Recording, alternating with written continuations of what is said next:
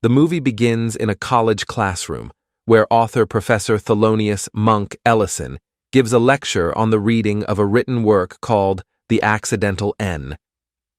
One of the students, a young white woman, complains to the title being written on the board for everyone to see, despite Monk indicating he sees no problem with it. This is taken up to his supervisors, who note that other students have voiced dissatisfaction with the reading he chose, so they give him mandatory time off. A while later, Monk returns to his hometown of Boston and talks with his agent Arthur, who informs him that 9 publishers have rejected his newest work. Monk then attends a book festival as a guest panelist before learning about another great author, Satire Golden, who is hosting her own panel. He sits in and listens to Satire read from her book, We's Lives in the Ghetto. Despite the use of strong racial stereotypes in the narrative, the book is a highly acclaimed bestseller. Monk subsequently visits his sister Lisa at the hospital, where she works as a doctor. They go to see their mother Agnes, whose health is getting worse and who lives with her servant Lorraine. Monk and Lisa have dinner while Agnes is in the bathroom, and they discuss their other sibling Cliff, who left the family owing to a strained relationship with his parents. Monk was close to his father, who had committed suicide years before and was reported to have had an affair with a white woman. The next day, Monk goes to a bookstore and gets annoyed to see his books in the African American Studies section.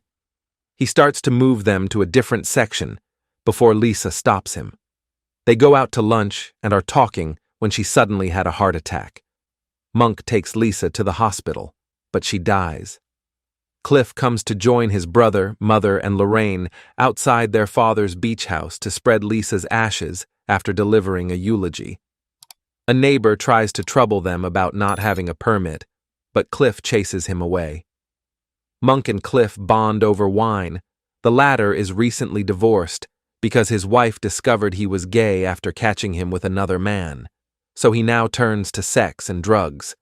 The brothers then notice water trickling from upstairs, and Monk proceeds to discover Agnes in the bathroom, sitting with a vacant expression and leaving the bathwater running.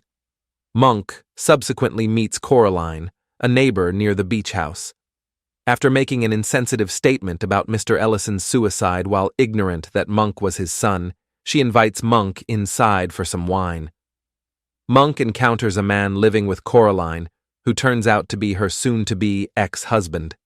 Coraline later invites Monk out for a drink after telling him she enjoys some of his written work. After taking Agnes to the doctor and discovering she had Alzheimer's, Monk begins writing a new book after receiving additional accolades for Satire. He begins writing something called My Pathology before renaming it My Pathology and creating a more ghetto-themed gangster story with 2 major characters, Willie the Wonker and Van Gogh Jenkins. Monk also publishes under a different name, Stag R. Lee. He sends the book to Arthur, who says he can't publish it. But Monk argues that it's exactly the kind of black stuff the publishers were looking for. Monk begins a relationship with Coraline, but he has to start making arrangements to move Agnes out of her home because Lisa had been paying the bills before she died. Monk then goes to meet with Arthur, who says that they managed to sell preemptive rights to My Pathology to a publisher, Paula Baderman, who has usually turned down Monk's work, for $750,000. Monk and Arthur call Paula and try to make a deal, with Monk pretending to be Stag and assuming a gangster demeanor. Later, Monk dines with Agnes, Lorraine, and Coraline. When he and Coraline begin to get amorous later, they hear Lorraine shout out that Agnes has gone missing. They sprint around the beach until Monk spots her heading toward the ocean. He then begins to make arrangements to place Agnes in hospice care. Arthur arranges a meeting for Monk with a movie producer named Wiley to adapt My Pathology into a film. He goes in character as Stag to convince Wiley that he is the real deal until he sees an ambulance out the window right by the hospice center where Agnes is being kept. So Monk runs out on the meeting, only to find that Agnes is fine and the ambulance was for someone else. Arthur later tells Monk that this convinced Wiley that he is the real deal because he thought Stag ran out. Monk then receives a call from someone urging him to be a judge for the upcoming literary awards, alongside Satire, which he accepts while knowing they are just diversity picks. Monk and Arthur eventually speak with Paula again, as does one of her associates, John Bosco. They claim to enjoy my pathology, but their choice of words appears condescending to Monk, so he tells them he wants to change the book's title to just fuck. To Monk and Arthur's astonishment, the publishers agree to it, despite their first confusion. Monk discovers Cliff swimming in his outdoor pool while on a date with Coraline. Although he tries to bring Cliff out, he drags Monk into the pool. The two form a bond with Coraline before heading to see Agnes the next morning. Monk is told that she had to be restrained after nearly hitting a nurse. Cliff tries to dance with Agnes to cheer her up, but the moment is spoiled when she says crudely, "I always knew you were a queer." He leaves dissatisfied and angry, informing Coraline that this family will break your heart. Fuck is released and becomes a #1 bestseller. Monk recommends the book as Stag. The FBI begins to investigate who Stag is, but Arthur advises Monk not to worry about it. Later, over dinner with Coraline, he discovers a copy of Fuck that someone had given her. She replies she likes it, but he doesn't reveal that he is Stag, instead praising his own work as stereotyped. Coraline kicks Monk out of her house because of his behavior.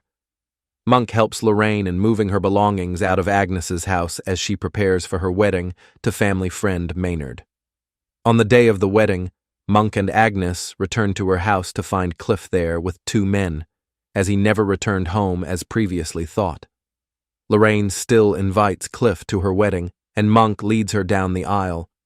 During the reception, Monk and Cliff discuss their father's suicide, and Cliff encourages Monk to work things out with Coraline.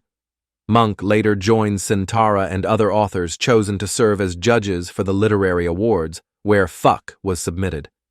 Satire criticizes Fuck as pandering, while the other 3 white judges praise it. Monk later speaks with her privately, claiming that her book is also trauma porn for the white community, but she twists it into a case against black women and claims it is not her fault if white people ate up what she wrote. Despite their votes against it, Fuck is chosen as the winner. Monk prepares for the forthcoming awards ceremony and attempts to ask Coraline to be his date, but she never responds. Before leaving for the ceremony, Monk pays Agnes a final visit and discusses his father's affair, which she was aware of. He is disappointed when she addresses him as Cliff while speaking to him. At the ceremony, Fuck receives the literary award. Monk approaches the stage, evidently about to reveal himself as Stag. The scene then turns to Monk meeting with Wiley on the set of his blaxploitation film Plantation Annihilation, and the sequence with Monk accepting the Oscar was simply an ending he proposed to Wiley. He doesn't like it, so Monk proposes an alternate ending in which Stag leaves to reconcile with Coraline. Wiley isn't feeling it either, so Monk goes for an over-the-top climax in which Stag goes to accept the prize, only for cops to invade the ceremony and shoot him on stage. Wiley enjoys the ending and accepts it. Cliff drives the jaded Monk home after he exits the studio,